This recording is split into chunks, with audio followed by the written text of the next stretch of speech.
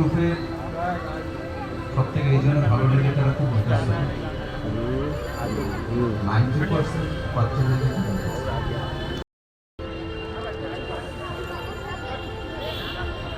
আর কিছুক্ষণের মধ্যে এখানকার ফলাফল ঘোষণা করা হবে। তার আগে তিনটে, এক হচ্ছে স্মৃতি,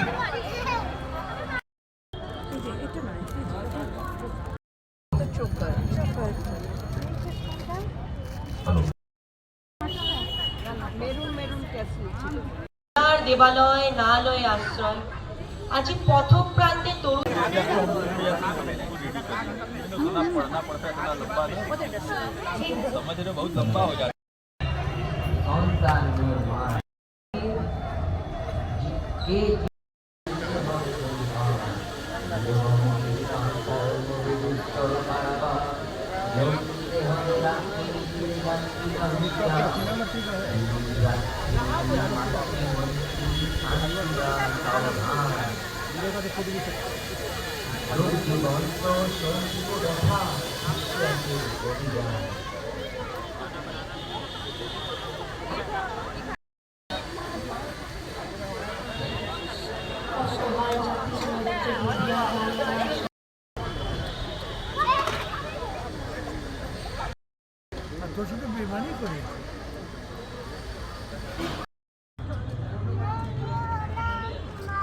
सुंदरबन सुंदर है।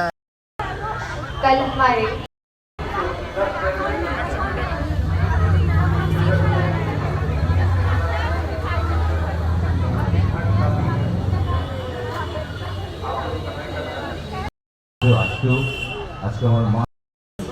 मेरा नाम गौतम अधिकारी है और मैं बंग दर्शन संस्था के जॉइंट सेक्रेटरी हूँ।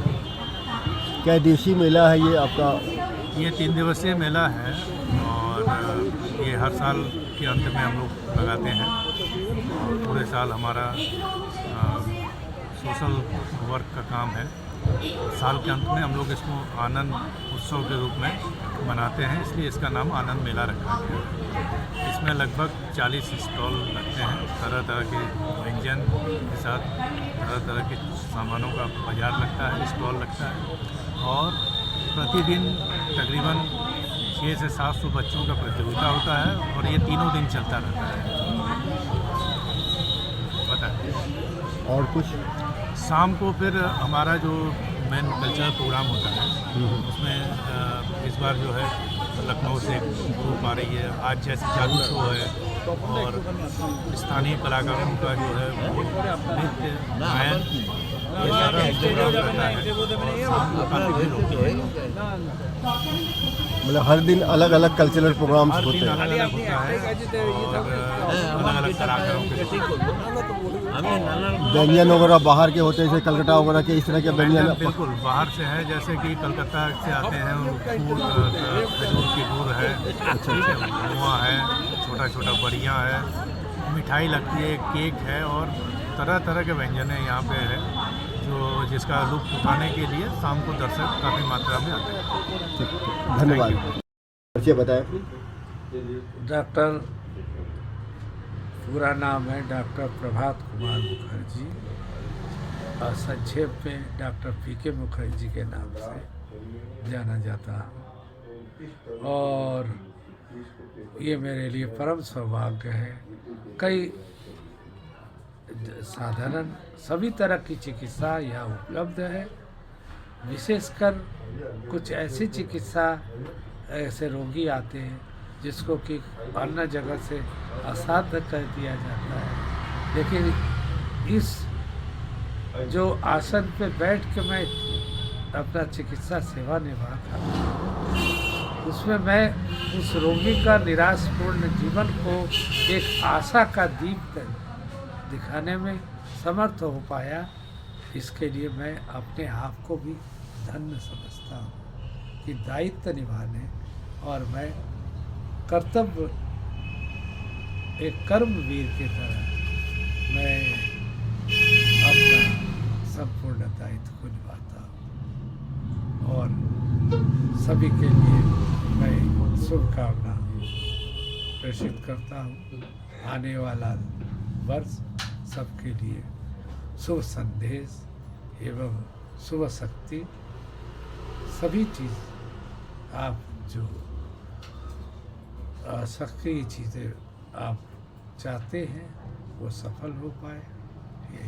ठीक है, सब पता है। समाज सेवा मेरा शुरू से ही अपने छात्र जीवन से लेके आज प्रोफेशनल लाइफ में मैं कई सामाजिक संगठनों से जुड़ा हुआ हूँ। जैसे डॉक्टर साहब उदाहरण के तौर पे रोटरी अंतर्राष्ट्रीय इससे भी 40 वर्ष से एक सक्रिय कार्यकर्ता के रूप में मैं जुड़ा हुआ हूँ। और इसके अलावा जो बंगी समाज है, फिर जनता हिताय समिति, ऐसे संगठनों से जनता हिताय समिति में क्या पद है आपकी? हमें संरक्षक के रूप में रखा गया है और मैं हर जगह अपना पद का से ज़्यादा मैं अपने कर्म और दायित्व को पालन करने का प्रयास करता हूँ। अब ये रही बात, अच्छा, आने वाला 9 वर्ष में क्या आप प्रदेशवासियों को संदेश देना चाहेंगे डॉक्टर साहब? देखिए 1 जनवरी ऐसे तो लॉजिकली कहें तो अंग्रेजी नववर्ष है, जरूरत होने पर लेकिन देखिए हमारे काम काज जो होता है ये अंग्रेजी नववर्ष से ही शुरुआती होती है और उसी पे निर्भर करके चलता है। अब जिस पर हमारा काम काज चलता है उस वर्ष को तो हमें नववर्ष को सम्मान करना पड़ेगा। अतः आने वाला कल अर्थात ये जो आगामी नववर्ष 2024 का, इसमें मैं सारे भारतवासी एवं संपूर्ण जनता के लिए शुभकामना करता हूँ कि आने वाला कल सबके लिए स्वस्थमय जीवन, सक्रिय जीवन और आपके प्रगतिपूर्ण जीवन लाभ कर सकें।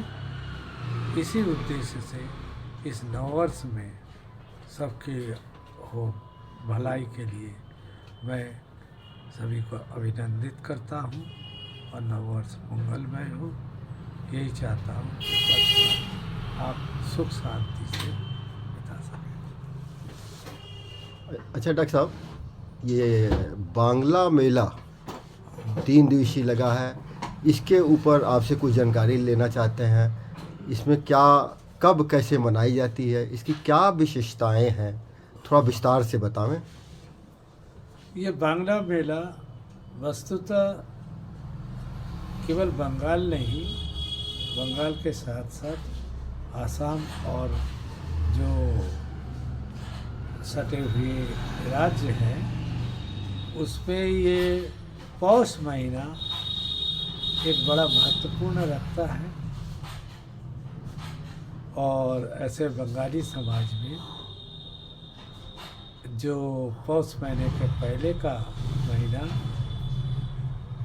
हर रविवार को बंगाली औरत सूर्य देवता के नाम पे जल चढ़ाते हैं और उसका अंत होता है जो ये जो पौष संक्रांति, इसमें अगान का जो संक्रांति होता है, अब जो पौष महीना शुरू होता है, इसमें बात यह है कि जिस तरह वहाँ की प्रकृति ने बड़े आगे बढ़ने की एक प्रेरणा देता है और प्राकृतिक कई चीज़ें हम प्राप्त करते हैं और जाड़े के बावजूद भी बहुत सारी ऐसी चीज़ें हैं जो बंगाल साथ साथ उससे जुड़ा हुआ अन्य राज्यों में इसकी महत्वता है। अब रही बात बंगला मेला के रूप में, ये जो वर्णन मिलता पहले भी लोग मनाते रहे, लेकिन आज के आधुनिक युग में गुरुदेव रविंद्रनाथ टैगोर ने आपके पौष मेला के नाम से इसको किया था। और एक चीज़ बताऊं कि बहुत से लोगों को इसका जानकारी नहीं कि उनके पिता महर्षि देवेंद्रनाथ ठाकुर आप तीर्थ यात्रा पे निकल रहे थे, तो उनका जो क्षेत्र रहा बोलपुर स्टेट, जो आज शांति निकेतन, वो उनका जमींदारी का स्टेट रहा। तो वहाँ पर किसी कारणवश रुक गए और योग साधना करते रहे, चूँकि ब्रह्म समाजी रहे। लेकिन वहाँ पे 3 दिन साधना करने एकांतवास में उन्हें एक अद्भुत प्रेरणा मिला कि आगे कैसे हम जन समाज को अपना हर तरह से सहभागिता करके जन समाज के विकास करें। तो यही तिथि जो है, जैसा कि कहा जाता है कि जो क्रिसमस डे मनाया जाता है 24 दिसंबर, हाँ, वो महर्षि देवेंद्रनाथ टैगोर के लिए एक नई प्रेरणा, ईश्वरीय प्रेरणा मिला, जिसके लिए उन्होंने कहा हमारे ही शांति निकेतन, हाँ, हमारे दाय अनेक किचुर, जाना है अनेक किचुर आबोधे। तो ये शांति निकेतन उन्होंने आश्रम किया, उसके बाद वो विद्यालय और एक वही प्राचीन भारतीय संस्कृति गुरुकुल हिसाब से ही शुरू हुआ। और उनके सबसे छोटे पुत्र रविंद्रनाथ टैगोर ठाकुर ने इसकी विकास की, जो उन्होंने साहित्य में नोबेल पुरस्कार पाया था और जो भी सम्मान प्राप्ति की थी, वो सभी पैसा वहाँ पे शिक्षण संस्थान के रूप में उन्होंने उसका विकास कराया। ऐसे तो वो रहते रहे कलकत्ता के जोड़ासा को कि ठाकुरबाड़ी में, लेकिन उनका वो जो कहते जमींदारी क्षेत्र जो बोलपुर डिस्ट्रिक्ट में पड़ता है, वो जो शांति निकेतन, वो धीरे धीरे उन्हीं के नाम पे पॉपुलर हो गया शांति निकेतन। और इसी उद्देश्य से बंगाली समाज, तो वहाँ पर एक मेला लगता रहा, वहाँ के आदिवासियों का उसमें अपने कला प्रदर्शन, संगीत और कई चीज़ों का खान पान, रहन सहन, उसमें जो हमारी कल्चर वो चीज़ें हैं, उसका एक सम्मिलित रूप एक मेला के रूप में किया जाता है।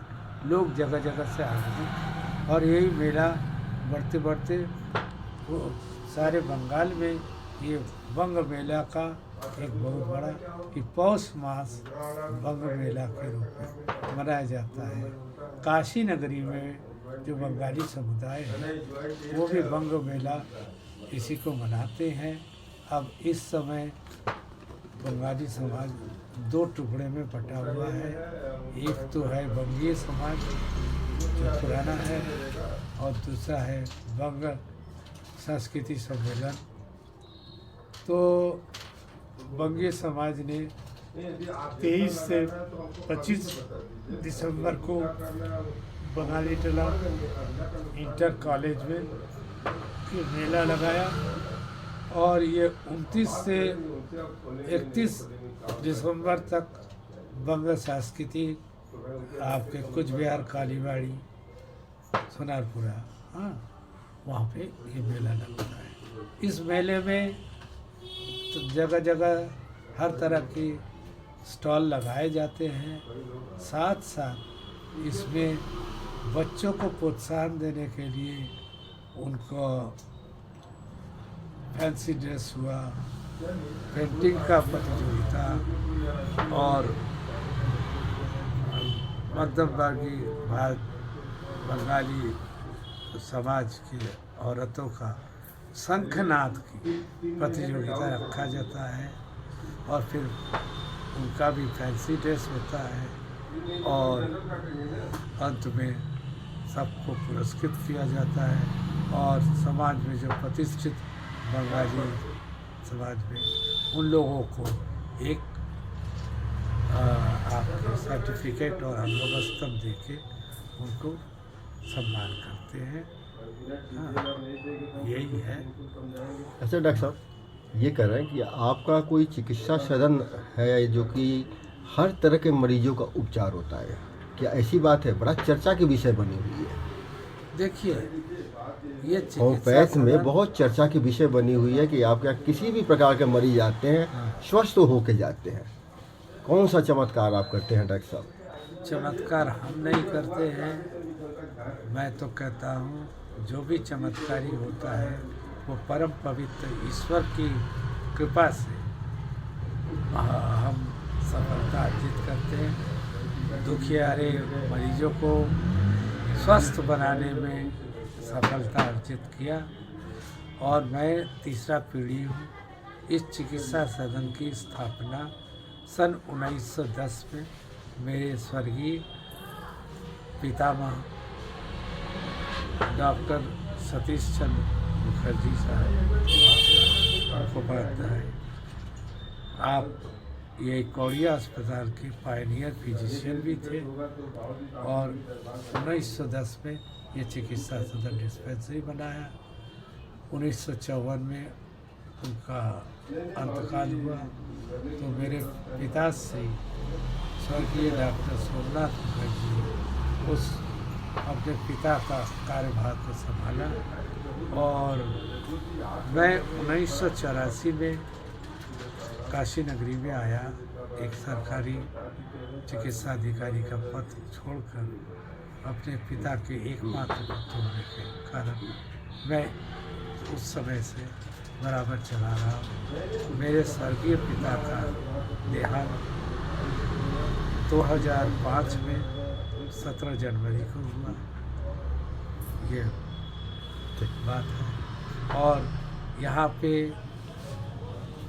ऐसे तो हर तरह के रोगियों का जो कि कुछ दूसरी जगह से असाध्य समझे जाते हैं, ये अपने लिए परम सौभाग्य है कि यहाँ आके वो रोग मुक्त होके स्वस्थमय जीवन लाभ करते हैं। और मेरा तो सबसे बड़ा मैं कहूँगा इस चिकित्सा प्रचार इससे लाभान्वित रोगियों के द्वारा ही आज समाज में हुआ।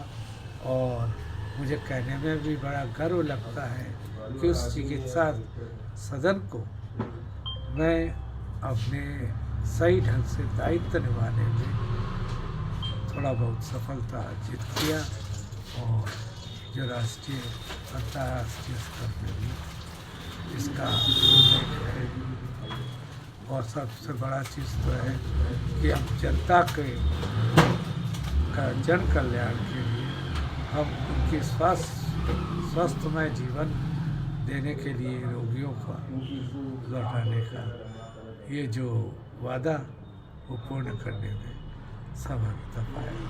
फिर अंत में ये कहूँगा जो भी सफलता अर्जित होता है एक चिकित्सक को, उसके पीछे वो परम शक्ति जिसका हम भगवान ईश्वर कहते हैं, जब तक उनका आशीर्वाद प्राप्त नहीं होता है तो कोई भी सफलता। इसीलिए जो भी सफलता पाया वो उन्हीं के चरण में और इसे होम्योपैथी को समर्पित करता हूँ कि मैं जो दायित्व संभाल रहा हूँ होम्योपैथिक चिकित्सा वो पूरा कर पाऊँ।